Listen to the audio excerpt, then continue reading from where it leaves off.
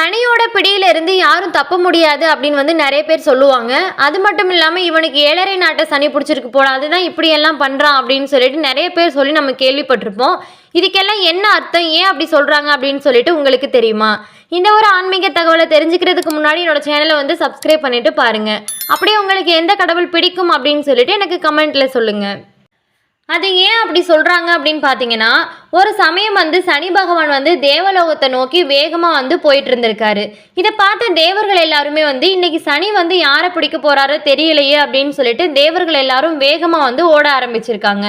ஆனால் வந்து சனி பகவான் வந்து தேவலோகத்தை கடந்து கைலாயத்தை நோக்கி போயிட்டு இருந்திருக்காரு. இதை பார்த்து வியந்து போன தேவர்கள் எல்லாருமே வந்து சனி பகவானை பின்தொடர்ந்து போயிருக்காங்க. சனி வந்து தன்னைத்தான் பிடிக்க வருது அப்படிங்கிறத உணர்ந்துக்கிட்ட சிவபெருமான் வந்து திருமாலோட உதவியோட ஒரு குகையில வந்து ஒளிஞ்சிக்கிட்டு கதவை வந்து மூடிடுறாரு.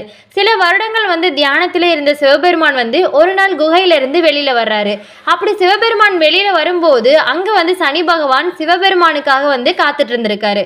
சிவபெருமான் சிரித்து கொண்டே வந்து, உன்னோட பிடியிலிருந்து நான் தப்பிச்சிட்டேன் பாத்தியா, இனிமே வந்து உன்னால என்ன பிடிக்க முடியாது, நீ பிடிக்க வேண்டிய காலம் எல்லாம் கடந்து போயிருச்சு அப்படின்னு வந்து சொல்லியிருக்காரு. அதுக்கு சனி பகவான், சுவாமி நான் வந்து உங்களை முன்கூட்டியே வந்து பிடிச்சிட்டேன், நான் பிடிச்சதுனால தான் நீங்கள் 7.5 வருஷம் வந்து பார்வதி தேவியும் மற்ற யாரையுமே வந்து பார்க்க முடியாமல் இருந்தீங்க அப்படின்னு வந்து சொல்லியிருக்காரு. இதை கேட்டு வியந்து போன சிவபெருமான் வந்து இறைவன் அப்படின்னு கூட பார்க்காம, உன்னோட கடமையை வந்து நீ சரியாக செஞ்சதுனால என்னோட ஈஸ்வரன் அப்படிங்கிற பேரை வந்து உனக்கு நான் பரிசாக தர்றேன், இனிமே வந்து எல்லாருமே உன்னை சனீஸ்வரன் அப்படின்னு வந்து சொல்லுவாங்க அப்படின்னு வந்து சொல்லியிருக்காரு. என்னோட வீடியோ பிடிச்சிருந்துச்சு அப்படின்னு சொன்னால் லைக் பண்ணுங்கள். அப்படி உங்கள் ஃப்ரெண்ட்ஸ் அண்ட் ஃபேமிலிக்கு வந்து ஷேர் பண்ணுங்கள்.